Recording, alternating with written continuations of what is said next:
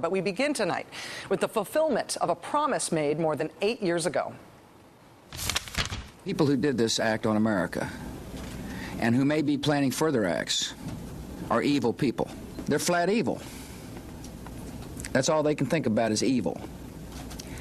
And as a nation of good folks, we're going to hunt them down, and we're going to find them, and we will bring them to justice.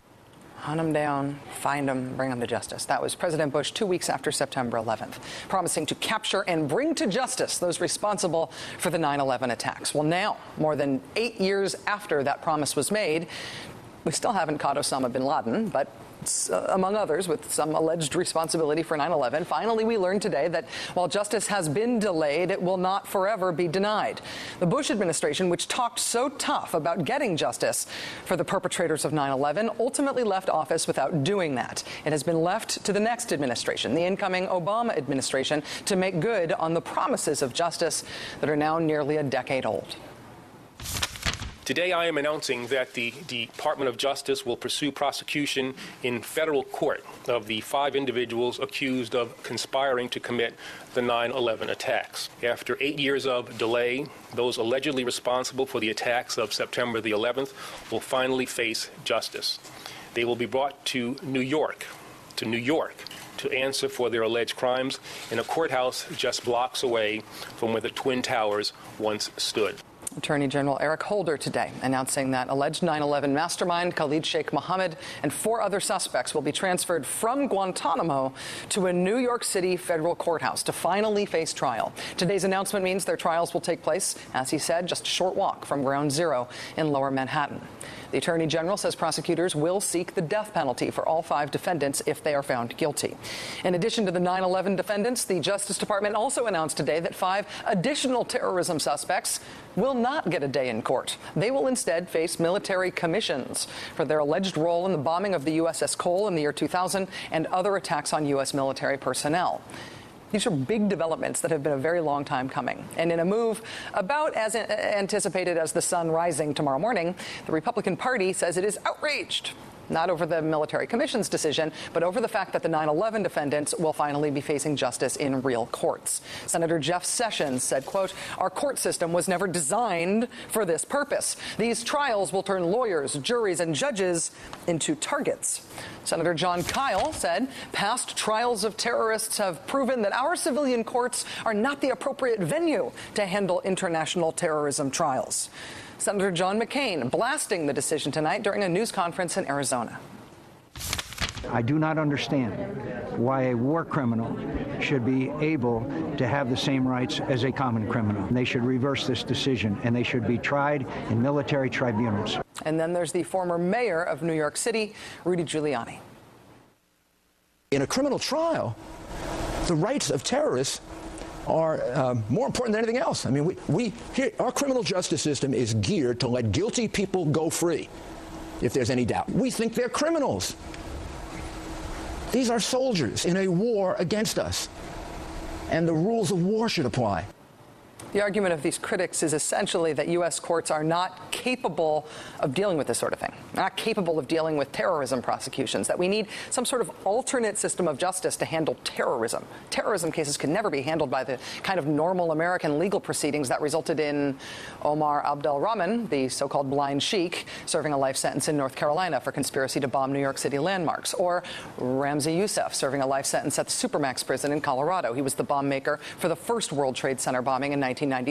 Or Richard Reed, the shoe bomber, convicted for attempting to use weapons of mass destruction. He's also serving a life sentence in Colorado. Or Zacharias Moussaoui, convicted of being a 9/11 co-conspirator. He faced trial in Virginia and was sentenced to life in prison. What exactly was so insufficient about our normal constitutional legal system for handling cases like those ones?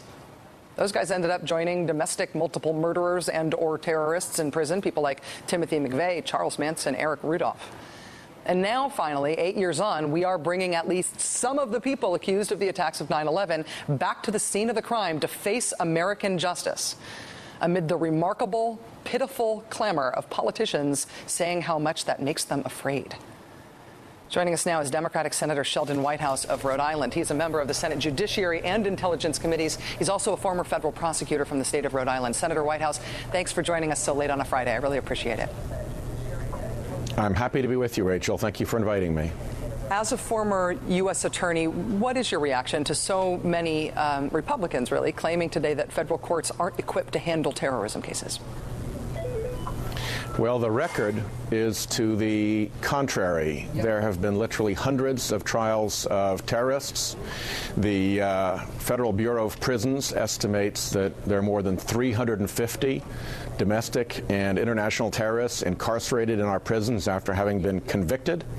And the military commissions have a record of 3 convictions. So if you're looking for the tried and true and tested way of delivering justice to terrorists, the federal courts with the United States prosecutors of the Department of Justice are the proven way to go. You sit on the Intelligence and Judiciary Committees, both of which are really at the heart of the U.S. government response to terrorism. Beyond the question of guilt for these individual defendants, do you think there is an impact on al-Qaeda's strength, its ability to recruit people who would attack us, to have a Khalid Sheikh Mohammed on trial or in prison alongside more common criminals instead of languishing the way he has at Guantanamo and in CIA secret prisons? Well, Khalid Sheikh Mohammed and his cohorts will obviously be on trial, but in the eyes of the world, so will the American system of justice be on trial. And we have a long tradition of very effective justice being delivered in our courts and by our prosecutors. So I think in terms of the lesson to the world, it's a strong one. I also think that it's an important lesson to scratch away where we can at the notion that these people are jihad warriors. That ennobles them in a way that helps their mission. The more we treat them like common criminals, the more effective our strategy at winning the battle for minds, I think, in the Middle East and around the world.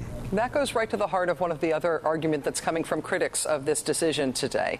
Republicans saying that if we allow these defendants to be tried in a real American court, as part of that process, they will be allowed to speak. The worry being that their ideology is so dangerous that they will be persuading, I guess, recruits to join them by virtue of what they say in court. Do you think there's legitimacy to that argument? I think it's obviously a concern, but in this country we put up with a lot of distasteful speech in the broader interest of showing the world that we are a country that can tolerate all of that. And the lesson that America imparts to the world, the beacon of light that we hold up in this shadowed world, is probably our strongest asset. And so I feel confident that when we go to that, through the proven mechanism of prosecutors of the United States Department of Justice bringing cases in United States federal courts, we show a very strong part of America to the world. Senator Whitehouse, the Obama administration also today recommitting itself to military tribunals for an accused bomber of the USS Cole and for 4 other defendants. Should those cases also be taken up in a real Article 3 court? I think behind the question about the federal court is the underlying question of whose call this should be.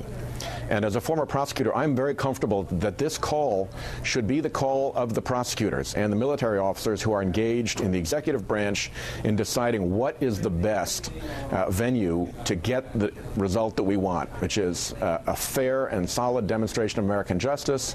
And I think in these cases, a very strong likelihood we want that conviction and we want punishment. To leave that decision in their hands is the right way to go constitutionally. And of all the people to interfere, I think members of Congress are the worst to interfere in that decision. First of all, we don't know what we're talking about in terms of the facts that the prosecutors have looked at in making that decision.